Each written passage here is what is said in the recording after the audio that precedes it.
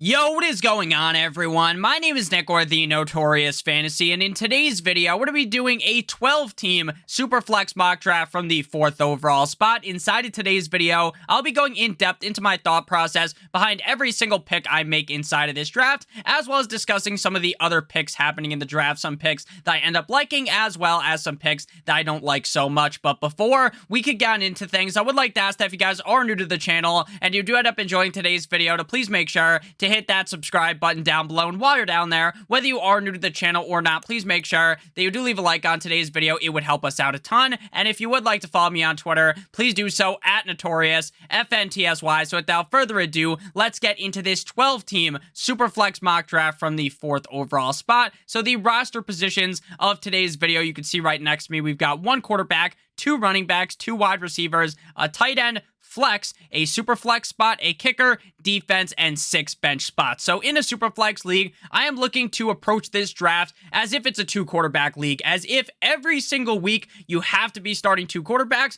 because I believe in order to win in a super flex league, you need 2 quarterbacks in your lineup every single week. That gives you the highest amount of points possible when you have 2 quarterbacks in. So that is how I treat things. I think you should be drafting at least 3 quarterbacks, and if you're feeling a little bit spicy, if some quarterbacks fall later on in the draft, you can certainly draft 4 quarterbacks. So let's get into the draft here. So the draft begins with Josh Allen, followed by Jonathan Taylor, Justin Herbert, the pervert, and now we are up to pick. So if I'm being honest with you guys, having 2 quarterbacks and 1 running back at the beginning of the draft is pretty normal, but if I was picks 1, 2, or 3, I would have taken a quarterback at all of those picks. I really do think that by the time things swing around here, if people are hopping on the quarterback bandwagon throughout the first round and in the second round before it comes back to you, the quarterback selection you are going to have to make, if you select Jonathan Taylor here at the 102, your number 1 quarterback might not be so hot. We'll see how things go. Obviously, every draft is different, but at the 104 here, we are definitely going to be going quarterback here. I'm not going to leave things up to chance to see who our quarterback would be at the 209. So we're going to go with Patrick Mahomes. I think it would have been acceptable to go with Lamar Jackson, Kyler Murray, Joe Burrow, Jalen Hurts at this pick. For me, I think Patrick Mahomes is definitely underrated this season. I feel as though he could finish the year as the number 1 quarterback in fantasy football. I understand some people worry a little bit about Tyreek Hill being gone, but they have so many options in Kansas City that Patrick Mahomes is going to be just fine, and the Chiefs could still be the best team in all of the NFL at the end of this season. So after Mahomes, we see Lamar Jackson, Cooper Kupp, Christian McCaffrey, Justin Jefferson, Joe Burrow, Kyler Murray, Najee Harris, Austin Eckler, Jamar Chase, Travis Kelce, Dickie, Dak Prescott, Jalen Hurts, Devontae Adams, Dalvin Cook, Derrick Henry, and Mark Andrews. So this draft is not super quarterback heavy. In a lot of drafts, you're going to be seeing quarterbacks get peppered in the first round. There was 1, 2, 3, 4, 5, 6 non-quarterbacks taken in the first round. I think typically there is about 3 or 4. So this is definitely less of a room that looks to draft quarterback. Now, in some drafts, this could be exactly how things go. But in a lot of drafts, it could be different, so you never really know. So realistically here, I was going quarterback. Now, if more quarterbacks had been taken, I still think that I would have ended up taking a quarterback here. It wouldn't have been a quarterback that I like as much as the one I'm going to be able to get, but I still want to draft quarterback super early because I really believe that having 2 potential elite quarterbacks, 2 quarterbacks that can finish at the top 12 at the end of the year, that is going to help out your team immensely. And this way, I don't have to worry about taking one of those middling quarterbacks, a guy like Justin Fields maybe in the 4th round, or Trevor Lawrence, Mac Jones, guys I don't really like that much, so I can just avoid that by going quarterback here. I think you can go with either Russ, Tom Brady, Matthew Stafford, Rodgers, or Trey Lance here. For me, it's between Tom Brady and Trey Lance. If you want to keep things safe, you want to double wrap some condoms around your roster, then go ahead and go with Tom Brady, because we all know how safe Tom Brady is. He does have top 5 upside, but I'm going to go with the untapped potential of Trey Lance. We haven't really seen Trey Lance in the NFL except for a little bit last year, but in reality, it's not like he played like 10 games or something. He barely got any action. I think this year as the starting quarterback of the San Francisco 49ers, Trey Lance has the upside to be the number 1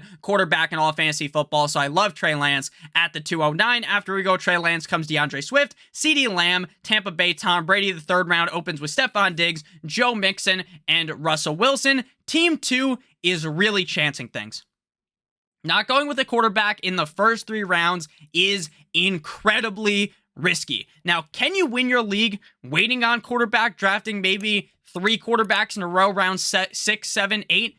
Potentially. But I just don't love chancing it. I would rather just go ahead and get the guys that I like. So we have our 2 quarterbacks. I don't think you should be taking a third because the other guy is going to be riding the pine until Patrick Mahomes or Trey Lance are on bye. Now, when it comes to drafting quarterbacks, make sure you check their buys. You don't want Patrick Mahomes and Trey Lance to have the same bye week, and you don't want your backup quarterback that you are going to be selecting a little bit later to have the same bye week as either of those guys. So we are not going to be going quarterback here, obviously. So looking at the running backs, the value is always going to be great in the 3rd round at running back, wide receiver, and sometimes tight end because people aren't taking as many of them because they're so worried about the quarterback position for good reason though. So here we can either go running back or wide receiver. Best running backs available: Saquon Barkley, 9-inch Nicholas Chubb, Alvin Kamara, Aaron Jones, Javonte Williams. Best wide receivers: Deebo Samuel, Tyreek Hill, Mike Evans, AJ Brown. If I'm being honest with you guys, I think that I like the wide receivers that I could probably get in the next round more than I'm going to like the running backs. So I want to go ahead and get a running back that I think could finish as the #1 running back at the end of the season. Am I saying that's a lock to happen? Of course not. But I do really think Saquon Barkley could just unleash a crazy season this year. The team is going to probably look a lot better than last year. They have a pretty solid offensive line, and I think Brian Daboll is really going to help Saquon Barkley maybe go back a couple of years, hop in the time machine, and have a great season like we've seen out of Saquon Barkley in the past. After Barkley, we see Deebo Samuel, followed by Javonte Williams, Aaron Rodgers, 9-inch Nicholas Chubb, Alvin Kamara, Tyreek the Freak Hill, Leonard Fournette, Mike Evans. 4th round opens with Matthew Stafford, Aaron Jones, Keenan Allen, Kyle Pitts, Derek Carr, George Kittle, me Timbers, AJ Brown, and James Conner. So now we're in the running back range that I don't really like as much. I think Breece Hall has a lot of upside. There were talks a couple days ago or over the last couple of days about how Michael Carter's still the #1 running back. While that is potentially true for the start of the season, I think Breece Hall will eventually break free and become the lead running back on the team. The question is, how long is that going to take?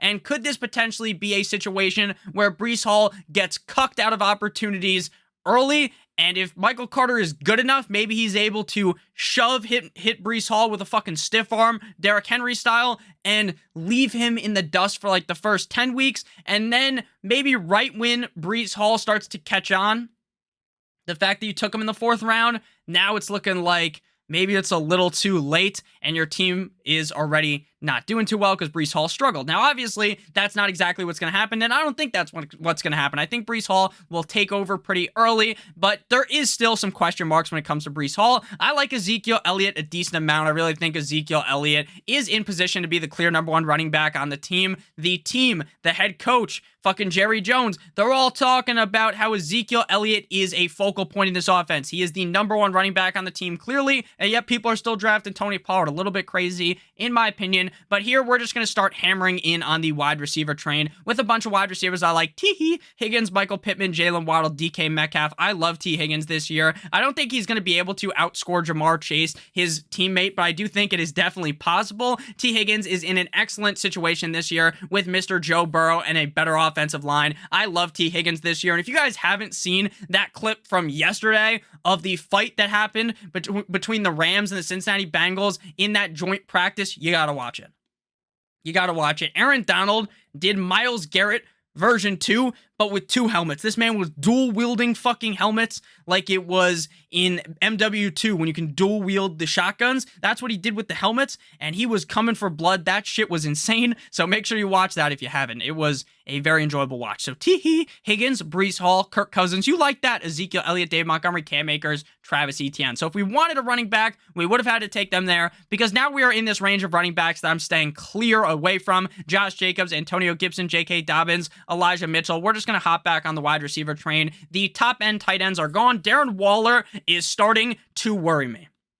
He's starting to worry me because he has missed so much time this offseason through training camp, and it doesn't seem like he's getting better. Is it entirely possible that he's healthy week 1? Definitely, but I'm a little bit worried. I'm staying away from him right now. So we are going to go wide receiver yet again. Jalen Waddle, Michael Pittman, the guys we were targeting in the last round. You can go with either of them, in my opinion. Michael Pittman could have this crazy breakout year with Matt Ryan there. Jalen Waddle could still put up pretty solid numbers like he did last year. Now with Tyreek Hill there, it really is a 50-50. I'm going to go with Michael Pittman this time. If we ran things back and we did this draft again, it's entirely possible that I would have went with Jalen Waddle at that spot. After Pittman, we see Tua Tagovailoa, Darren Waller, Jalen Waddle. Then we see Dalton Schultz, DK Metcalf, Deontay Johnson, Antonio Gibson, Hollywood Brown, the 6th round opens with Justin Fields, DJ Moore, Josh Jacobs, Allen Robinson, J.K. Dobbins, Mike Williams, Cortland Sutton, and Terry McLaurin. So now I know some people might not want to reach on quarterback, but things are going to get bad very, very soon. So we're going to take a look at the bye weeks. Pat Mahomes, quarterback for our team, obviously, quarterback of the Kansas City Chiefs. Bye week 8, Trey Lance. Bye week 9. So we want a quarterback that is not bye 8 or bye 9. Some people might tell you that this is a reach, but in a lot of leagues, the quarterbacks are going to go very quick. Now, we could take a chance here, which we might do, and wait till round 7. We're going to do that. I think at least one quarterback is going to get taken, and then we're going to take whoever's left over that I like the most. This is a bit of a risk, but it is also kind of a reach if we go at the 609. Closing in 6 rounds with 3 quarterbacks is a little bit risky, in my opinion. Again, if the room was flying with quarterbacks, then I would definitely pull the trigger here at the 609 on a quarterback. So here we're looking for wide receivers. Yet again, I think Amari Cooper could have a crazy year this season because he is really the only wide receiver there of note and could just see a ridiculous fucking target share, even if Jacoby Brissett isn't that good.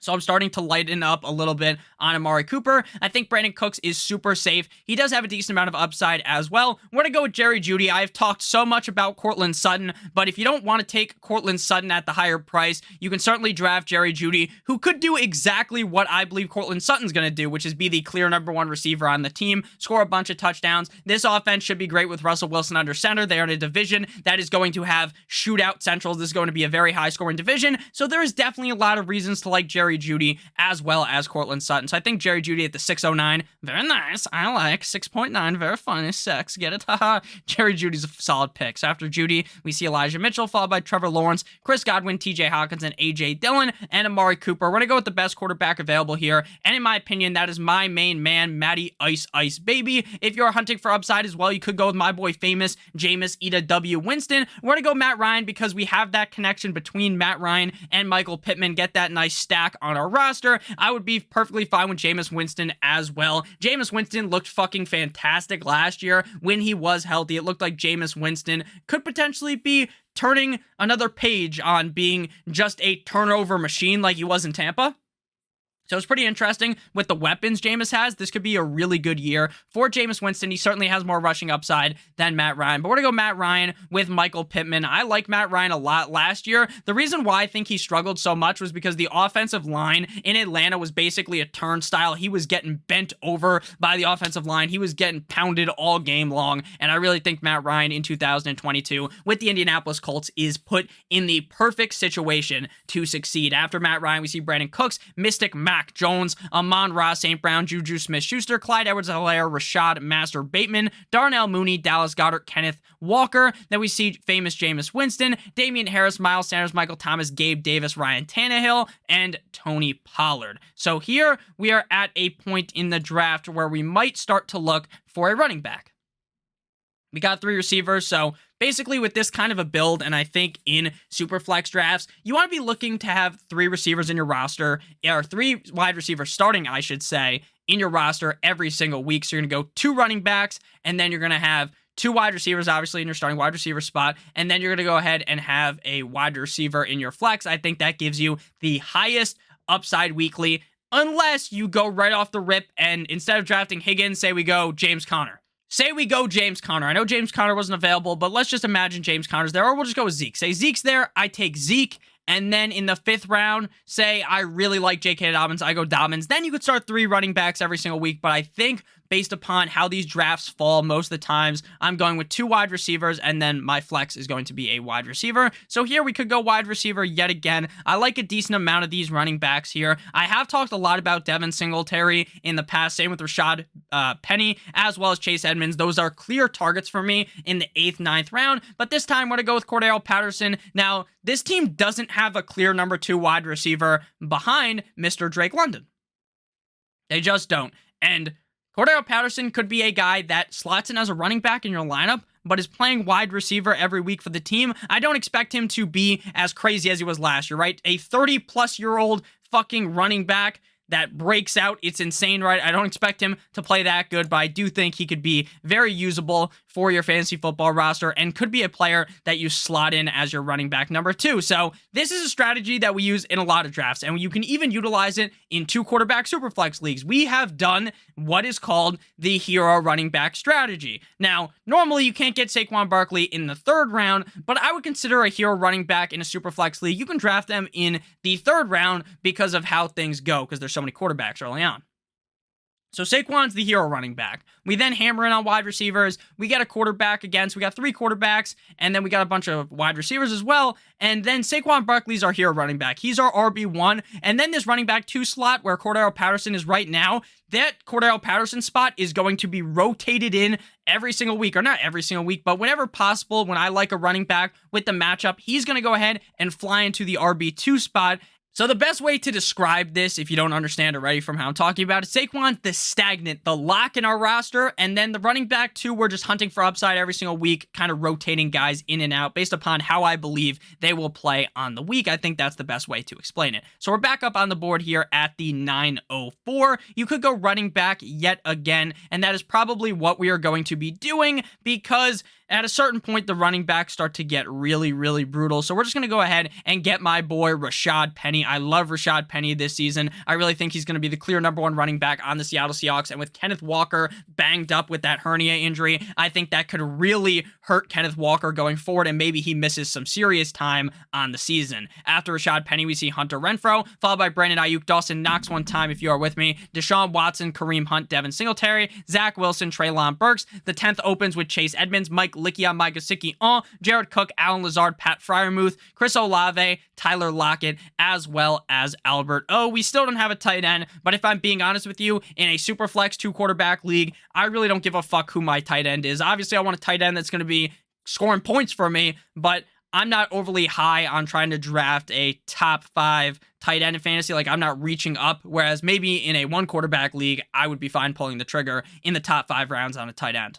Before we get on into breaking down our next selection, I would like to give you guys a quick word from our friends and our sponsor over at Drafters. Are you guys looking for softer best ball contests? Then look no further than our partnership with Drafters Fantasy Sports. For a limited time, make your first deposit of at least $20 and you'll be receiving a $20 ticket into the Drafters $1 million Best Ball Championship for free. And to claim your free ticket, all you got to do is use the link in the video description or just use promo code Stokastic, Stokastic. It's been on your screen this whole video. If you put in 2 entries into the $1 million contest, you'll receive our best ball draft kit for free, courtesy of our new partnership with Drafters Fantasy Sports. Make sure you guys check that out. I do draft on Drafters a decent amount, and they just opened up a brand new contest, which is SuperFlex Best Ball, which I love. So I'm very excited to dive deep into those drafts. So again, I like Cole Kmet, I like Irv Smith, I like Hunter Henry, but I don't feel like a need to really just pull the trigger on a tight end in this range. I feel like I can wait. We still have a decent amount of picks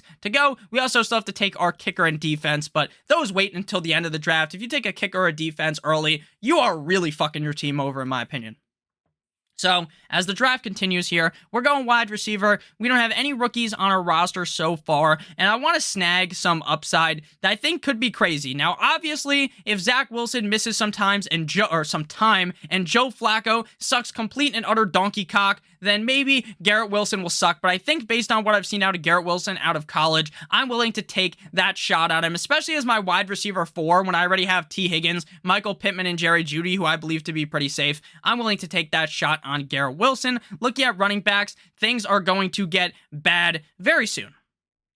Now, not necessarily bad where you can't find a running back that ends up just being a league winner. That's definitely possible, but to a point where it's like, do I really want to be drafting Rachaad White? Do I really want to be drafting Tyler Algier? Probably not. So we're going to go ahead and get one of my favorite late round picks this year. My main man, Damien Pierce, running back of the Houston Texans. I'm going to show you this news blurb because 37 minutes ago, which is last night, as you guys are watching this video, Pierce rushed 6 times for 37 yards and a touchdown in Houston's starting running back role in Thursday's 17-0 preseason win over San Francisco. Pierce is the clear #1 running back on this team. I've been banging the fucking drum for Damien Pierce all offseason long, so I hope you guys have been on board. His ADP is going to rise quicker than my cock in the morning. I love Damien Pierce in 2022 fantasy football.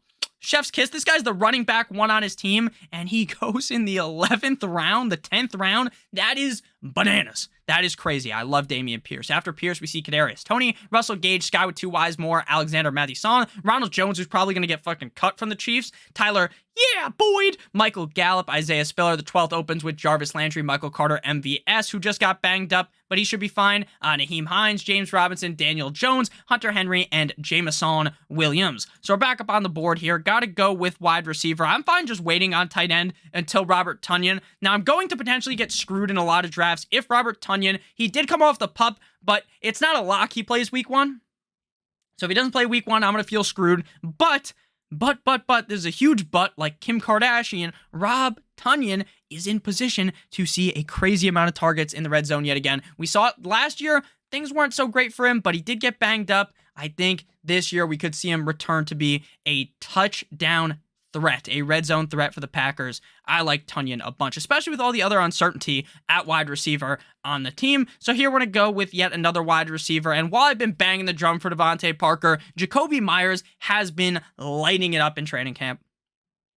All reports have been so positive. Seems like he's the clear #1 wide receiver. I'm hopping back on the Jacoby Myers bandwagon. And Jacoby Myers last year, if you guys remember, this motherfucker was allergic to scoring touchdowns. Let me pull this up. There were so many games where, of course, it doesn't want to show the stats right now, but this guy was going absolutely, because you got to click 2021. This guy was going crazy in these games, right? He's getting 9 targets, 14 targets, 12 targets, and the guy could not score. He had a scoring drought from week 1 all the way until week 10, where he finally scored up against the Browns and then didn't score again all the way up until week 17 up against the Jaguars. I think some positive some positive touchdown regression is coming from Mr. Jacoby Myers.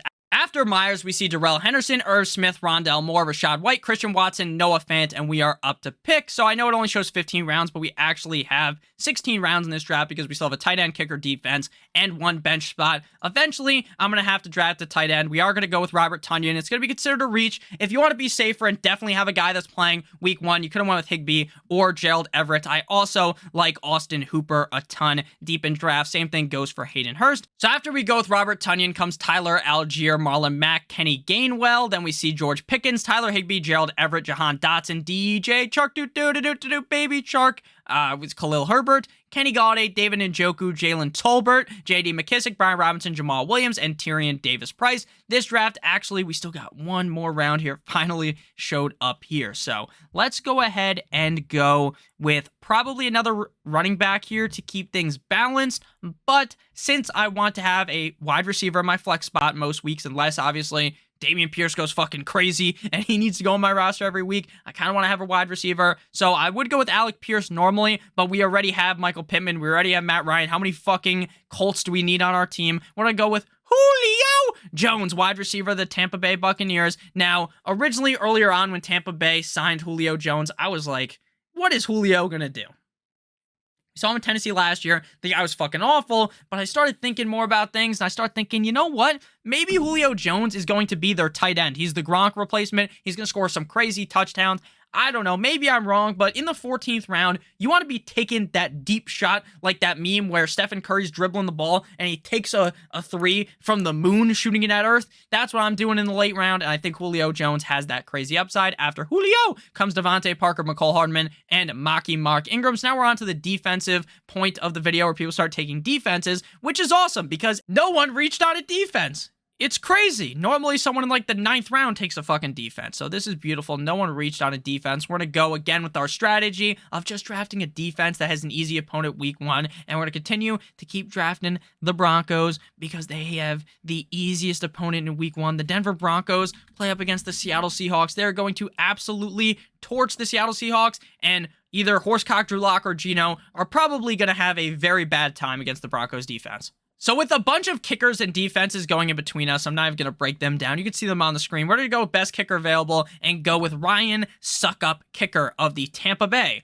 Buccaneers. So to recap our team, we're going to do the electric slide over here. I'm going to put myself on top of the partner of today's video, Drafters. Shout out to them again. Promo code Stokastic right underneath me. Get that free $20 ticket and get that draft guide for 100% free. So actually, we can't do the electric slide here because it covers up our team. So you kind of just hate to see that. So back out over here. We move back over here. Our team is comprised of Patrick Mahomes, Trey Lance, Saquon Barkley, Higgins, Michael Pittman Jr., Jerry Judy, Matt Ryan, Cordell Patterson, Rashad Penny, Garrett Wilson, Damien Pierce, Jacoby Myers, Robert Tonyan, Julio Jones, the Broncos defense, and Ryan Suckup. So let me know down below in the comment section what you guys thought about today's team. Did you like the strategy that I used? Did I reach out Matt Ryan? Was that a good pick? Let me know down below in the comment section. I love you guys all so much. Hope you have a great rest of your guys' day. And as always, good boy!